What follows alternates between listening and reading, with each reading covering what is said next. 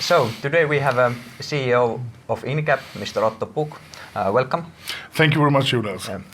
This is our first video with you, so I thought that we could start by you telling us a little bit more about Incap. What kind of a company you are, in what kind of a market you operate, what are your competitive advantages?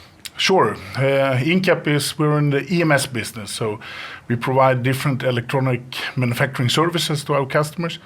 And we are operating from two manufacturing units, one in India and one in Estonia. We have a sourcing operation in Hong Kong and a small headquarter here in Finland. Overall, we are 820 co-workers currently, providing our customers with the best value-added service that we can. Yes. Could you briefly describe the market environment in which you are operating? What are the main dynamics and challenges that you face?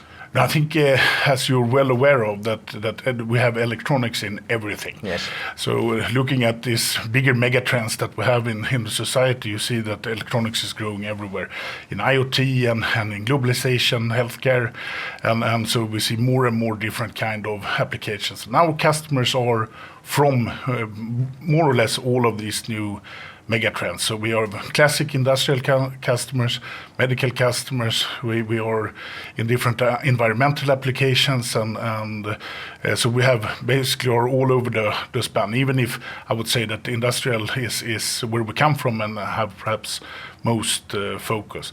And also the size of the business, we work with big multinational companies as well as small interesting technology startups. Yes.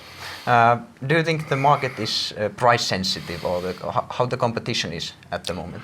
I think in electronics, the price is always a component. So I would say that competitive price, on-time delivery, and quality are a little bit hygiene factors to be able to do the business at all. But then it's a question of what more value you can offer your customers. So if you look at it's not only the manufacturing part, we offer different kind of logistic solutions and so around the business, engineering services, and so that our customers then can benefit from. Yes.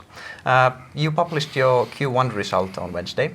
How the Q1 went and what were the main events?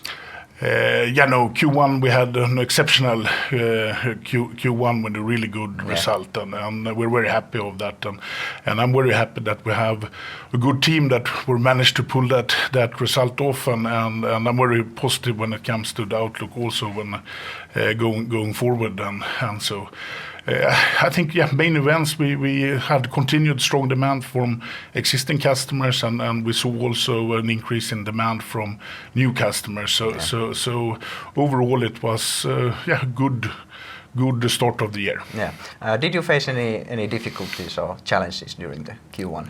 And I think going into Q1 and the component availability, of course, on the market was still somewhat problematic. We have been managing that quite well when it comes to working with our suppliers and a little bit increasing the inventories here last year to be able to cope with it. Yes. But that situation remained in Q1 as well, even if I would say that we managed very well to cater to our customer needs. Yeah.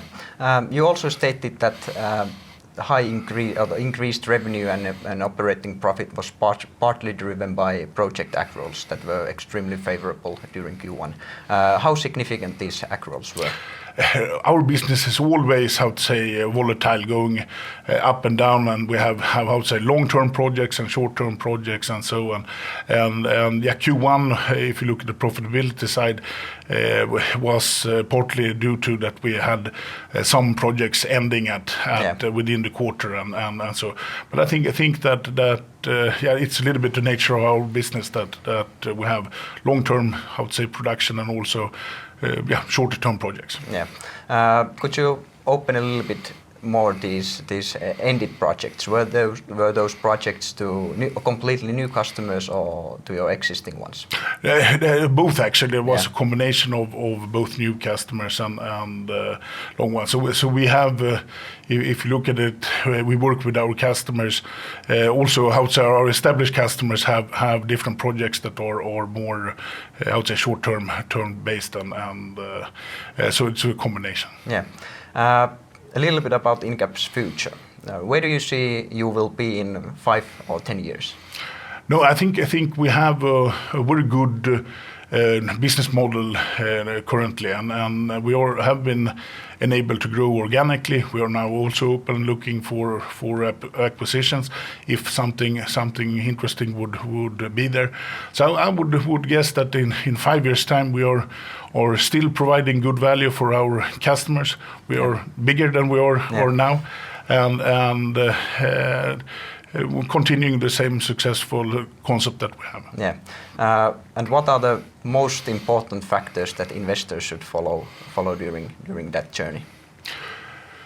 Yeah, no, it's of course difficult to say that. I think that investors know much better than I what factors they are following. But no, I think that